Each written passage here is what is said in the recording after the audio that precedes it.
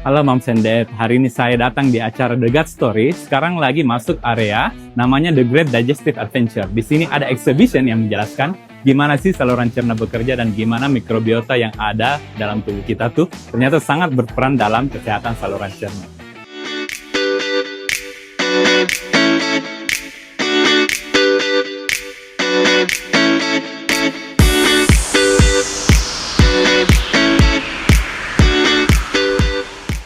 Data dari Riskesdas menunjukkan hampir 85% anak di atas 4 tahun mengalami karies gigi.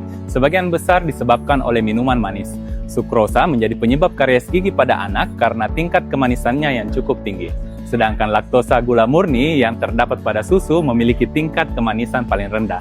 Jadi, pastikan batasi konsumsi gula tambahan pada anak dan memilih bahan pangan yang memiliki tingkat kemanisan rendah untuk anak.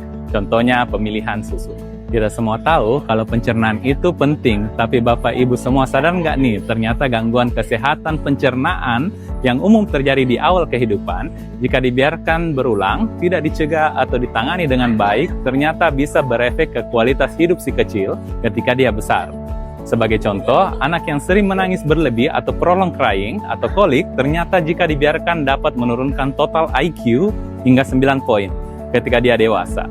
Begitu juga anak yang sering mengalami masalah saluran cerna seperti konstipasi cenderung lebih sering tantrum dan emosi.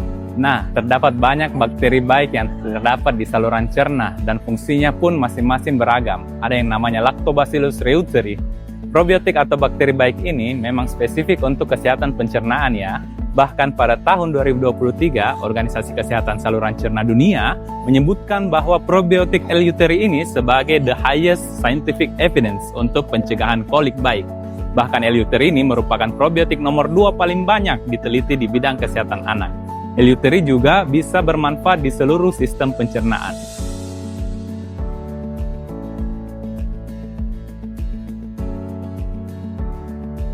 Menurut penelitian, ternyata probiotik L-Reuteri juga dapat bertahan pada kondisi asam lambung nih. Jadi bahkan di lambung saja memberikan manfaat, mulai dari berkolonisasi dengan bakteri baik lainnya hingga ada bukti klinis juga, ternyata L-Reuteri ini dapat mempercepat pengosongan lambung loh.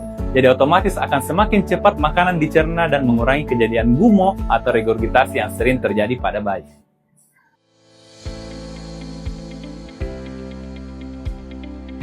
Nah, ini adalah gambaran ketika usus kita sehat ya. Jadi, komposisi bakteri baik lebih dominan daripada bakteri jahat. Dan ternyata L-Reuteri merupakan salah satu bakteri yang terbukti klinis dapat meningkatkan bakteri baik lainnya di saluran cerna.